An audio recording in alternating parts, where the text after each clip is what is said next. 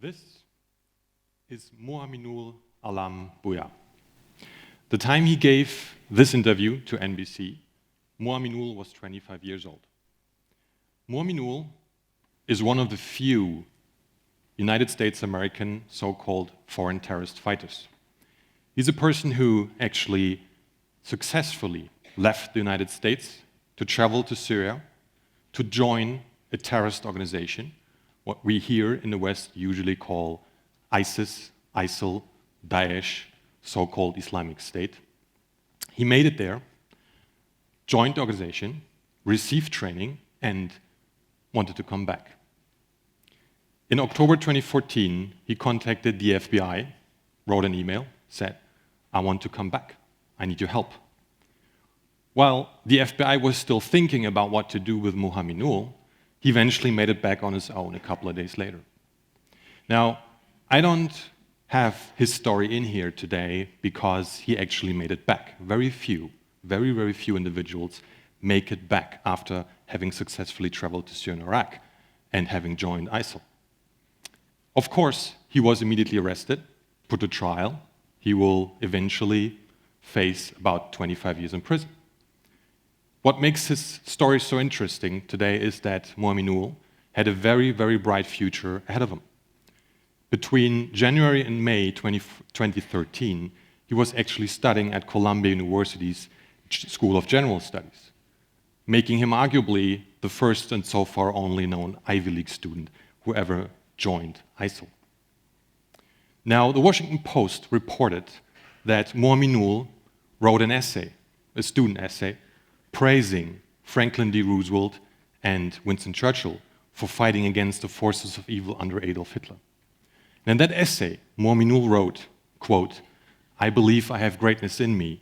I want to be a superhero." We in the West tend to think of violent radicalization, a process that would lead you to making that decision of leaving everyone behind, joining a terrorist organization, and participating in a civil war. That process must be something pathologic. It must be a disease, a sickness, that these persons are not normal. They have to be missing something in their lives. They have to be desperately longing for something that they would actually make that step. Now, we also think that if you have a loving family, friends, a job, future perspectives, education, you would never succumb to an extremist violent ideology. Or would you? During the last 6 years, I've worked with close to 150 families around the world. All of them have been affected by violent extremist radicalization processes, mostly so-called jihadist radicalization. Their sons and daughters in these families wanted to join ISIL. Some of them made it. Some of them came back. And I helped these families to prevent their children from going further down the road, help them to return, help them to work with them when they eventually end up in prison, or when they are killed, I help the families to grieve. In short, I help to de-radicalize their children. I've done that with a network that I've helped to create in end of 2014 called Mothers for Life. Originally, it started off with 4 mothers whose sons had been killed while being foreign fighters, while being active members of ISIL. And these mothers bounded together. Today, this network includes close to 200 families from 11 countries. All of these families either have lost someone they loved, or they have still someone alive who is in the process of radicalization or de-radicalization. Now, that network provides help and assistance for these affected families, provides access and contact points to experts that I train through my own institute, through the organization which Mothers for Life is a project of. It's called German Institute on Radicalization and De-Radicalization Studies, or GERDS, which is located in Stuttgart. Which is very important because it trains, and I do that, I train expert de-radicalization counselors, family counselors, provide family counseling, and advise governments how to build de-radicalization and family counseling programs. Now, when we look back on these years of experience, I've come to recognize that there's something that I would call a radicalization recipe. That is very individual, it's individually mixed, but always includes 2 sets of factors. Okay? It includes negative factors and positive factors. Negative are indeed frustration, anger, when you lose your job, when you have fights in the family, when you experience racism or bullying in school, when you don't have a perspective or a lack of education. But that does not turn anyone radical or extremist. All of you in this room have some kind of frustration that would never make you considering joining an extremist or terrorist organization. Now, the second set of factors, actually the positive ones, are quest for justice, freedom, honor, dignity, pride, help to defend your brothers and sisters in Syria, women and children, to turn the world to be a better place. Again, everyone in this room has a certain degree of positive factors. We have high ideals, hopes, and values. We want to live out these ideals and values.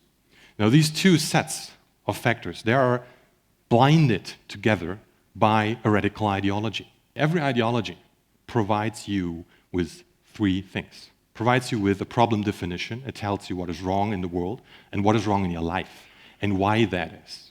Connects these two things. Second, provides you with a solution. It offers you tools to solve the problems in the world and in your life. And thirdly, provides you with a future vision.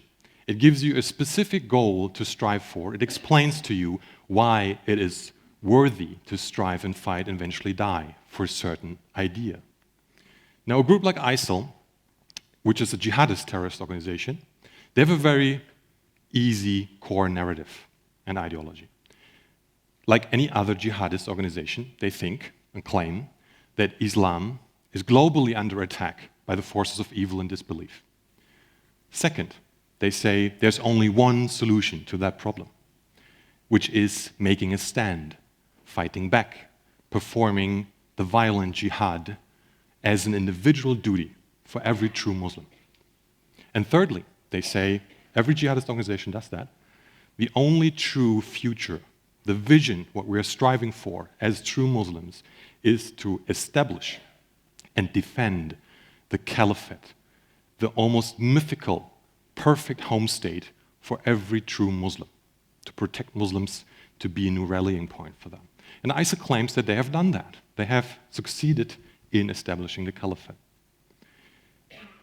So when we look back and take this together, this radicalization recipe, the ideology, we can see that it's not frustration, theology, adventure seeking that initially opens you up for that ideology, that narrative. It is plain and simple trust. It's plain and simple trust in a specific recruiter, in a specific video, picture, high-glossy magazine that transports these narratives in a very specific way, and ISIL knows how to do that. They have taken over a handbook, a recruitment handbook that was designed originally by Al-Qaeda. They just taken it over and made it more specific, which is very, very sophisticated. It includes a 5-step recruitment process, actually. They wouldn't even mention the term jihad until the 4th stage, because they know key to reaching out to these individuals and all around the world is to gain their trust, to build a positive emotional relationship. While, of course, not every recruitment process starts with a human recruiter being present initially, at some point, a young adult or teenager will get in touch, will get in contact with the person that has received that kind of recruiter training. So, this trust that actually someone has recognized the greatness in you, that someone is actually providing you with the chance, the unique opportunity to be a superhero and to change the world, is what makes ISIL so attractive, and other violent extremist groups. Luckily for us, violent radicalization processes are not a one-way street. They're very dynamic. They go back and forth. And together with Mothers for Life, I work with individuals who, in the academia, are called associate gatekeepers. Gatekeepers are persons who already have that trust that ISIL needs to build up, that already have that relationship that ISIL wants to have. So ISIL is very careful not to step in between a potential recruit's gatekeepers until their own relationship with that person is strong enough to play that one out against the gatekeepers. Gatekeepers can be mothers, parents, family members, brothers, sisters, colleagues, students, friends, employers, childhood friends, whoever has some form of close relationship to that person. It's the trust that exists between you and your mother that felt when your mother was caring for you when you were sick. The trust you felt when your father caught you falling one day. Or the trust you felt when you shared your deepest secrets with your brothers, sisters, or childhood friends. That's the trust ISIL is envious about. And it's the trust they want to have as well. So together with other parents, together with expert counselors that I've trained over the years, I'm using that trust, I'm working with that trust to turn around ISIL's own recruitment psychology against the organization. I'm strengthening and protecting that specific trust that already exists between gatekeepers and the potential recruit. Now, to do that, we need to understand how to empower families, how to empower communities to become what I call living counter-narratives. By their own existence, by the way they speak and interact with family members, with their friends, with their students, they can completely take the fuel out of ISIL's narrative or the narrative of other extremist organizations like neo-Nazi groups, for example. We have to realize that Mothers for Life, GERDS, and other programs that are currently spreading are just a first start. So what I want to tell you today is what you can do to help me, to help the Mothers for Life in that process. First of all, do not judge the families. These families are already feeling guilt and shame. They think it's their fault. Many have been blamed that it's their fault that their children have gone to ISIL or other extremist organizations. They are feeling alone, massively alone. They think they are the only ones in the world that has this burden. And they're not. There are thousands of families around the world who have experienced the exact same thing. So don't judge the families, don't actually think that there's something wrong in these families. They have no chance. They are standing up against a massively superior, sophisticated, and wealthy terrorist organization that directly charges or aims their own psychology into these families and communities. Second, get involved. Get out. Work in your communities. Work with your neighbor, your friends, your corporations, your universities, whoever needs to see that diversity and pluralism actually works. We need to show and build trust. We need to live out that trust to fill that gap that organizations like ISIL and neo-Nazi groups, for example, prey on. We need to prove that even to our weakest community members, in diversity lies strength. Because if we do that, we suffocate that straw fire that organizations like ISIL use as a fertilizer to grow division, hate, and anger and frustration and provide that solution. And thirdly, every one of you in this room today is an associate gatekeeper. Every one of you. So you have special relationships, trust-based relationships with many people in your lives. One day, you might come across a person, hear about a person, talk to someone who is maybe in a process of radicalization, who knows someone else who might be in a process of radicalization, not just only ISIL-based, maybe a right-wing extremist group or other extremist groups. It's your role to use your own trust-based relationship, the trust you get from other individuals, to suggest alternative solutions, to suggest alternative visions, future visions, because that is the unique capability that you as associate gatekeepers have.